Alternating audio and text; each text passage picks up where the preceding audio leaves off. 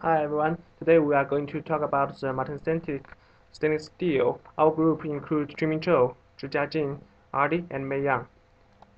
This is the outline of our presentation. We are going to talk about the alloying, application, heat treatment process, and the impurity controls of this steel. Stainless steels may be classified by their crystalline structure into three main types: austenitic, ferritic, and martensitic. Today, we will focus on the martensitic stainless steel, which are essentially iron, chromium, carbon alloys that possess a martensitic crystal structure.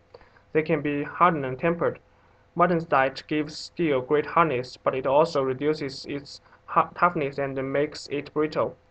Chromium in the steel can improve the corrosion resistance, which should be above 12%, and carbon is responsible for the hardness.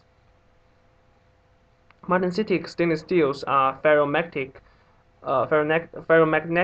hardenable by heat treatment, and are usually less resistant to corrosion than some other grades of stainless steel.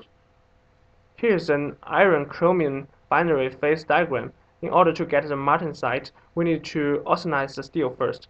There is an austenite region within the temperature range from 830 degrees C to 1394 degrees C.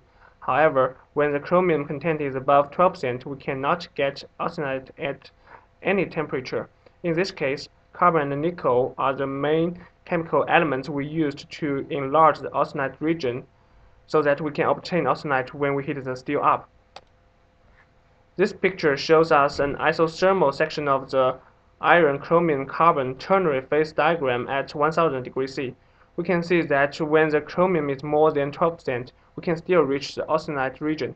And besides the austenite, there are chromium-rich carbides in it. Upon quenching, the martensite formed from the austenite will contain the carbides dispersed within it. Okay. These slides show you the families of martensitic stainless steels. Basically, the martensitic stainless steels can be grouped into several grades based on the properties. 410 is the basic grade of martensitic stainless steels, and 420 with higher hardness grade. 431 is higher corrosion resistance and toughness grade. For 440 series, from A to B to C, the hardness after heat treatment keep increasing. And 416 is a welding consumable grade. The classification is based on the effects of alloying elements in the martensitic stainless steel. As Zijia mentioned before, martensitic stainless steel is essentially iron-chromium-carbon alloys. Therefore, chromium and carbon are the two main alloying elements in all grades. The basic grade 410 contains the lowest alloy content. 420 is the modification of 410 with higher carbon content, and that's why it has higher strength and hardness. By increasing the chromium content and add more nickel into 431, the martensitic stainless steel can get higher corrosion resistance. 440 series is high chromium and high carbon alloys, which has high hardness and wear resistance. And from A to B to C, the carbon concentration keeps increasing to get higher and higher hardness. In this grade, some molybdenum is added since part of matrix chromium can be replaced by molybdenum with little or no negative consequences for corrosion resistance. In grade 416, sulfur is added into the steel to improve the machinabilities. Let's get a close look of the effect of carbon concentration. And you can see for the 440 series with the carbon concentration increase, the hardness of these steels keep increasing. The martensitic stainless steel can be widely used in industry. It can be made into surgical instruments, cutlery, gears, shafts, fasteners, engine blades, and valves. The heat treatment the heat treatment is necessary to bring out the maximum strength, hardness, and corrosion resistance.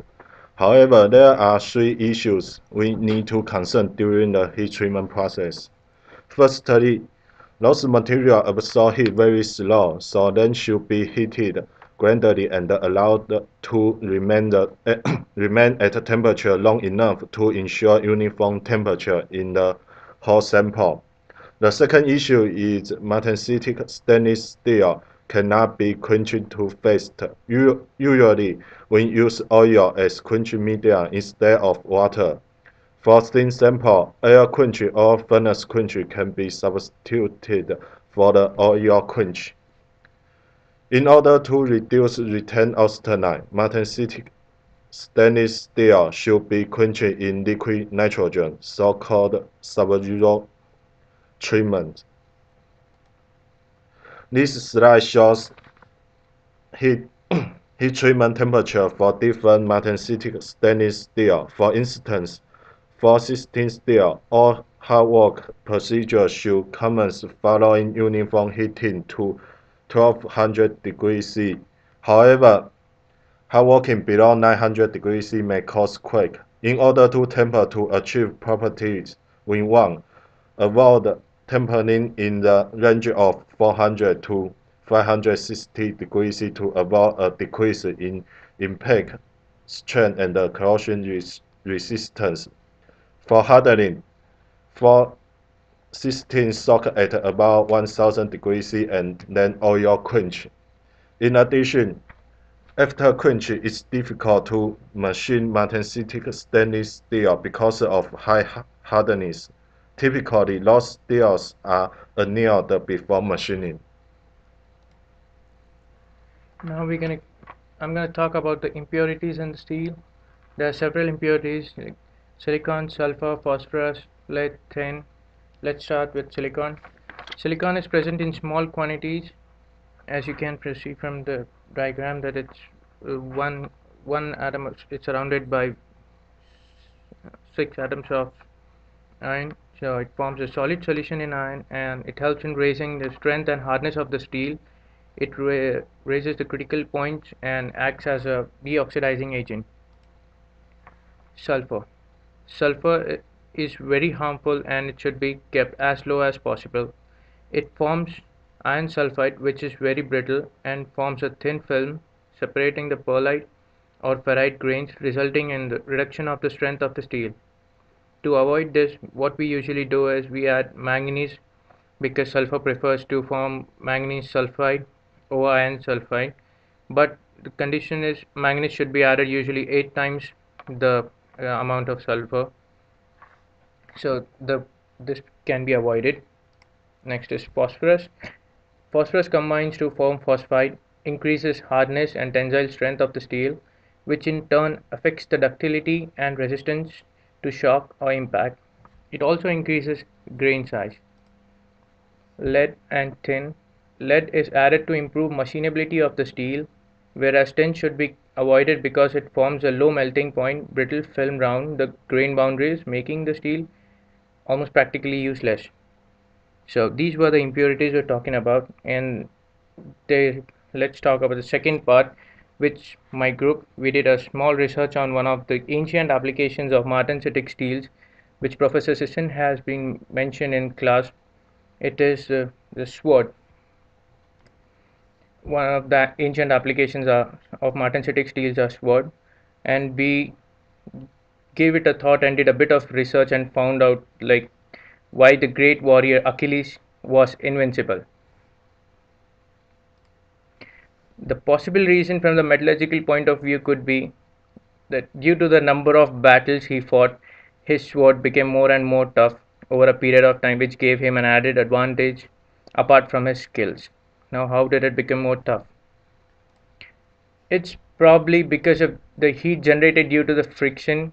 The sword got tempered, and then cooling down slowly in the air made it help in increasing the toughness of the sword.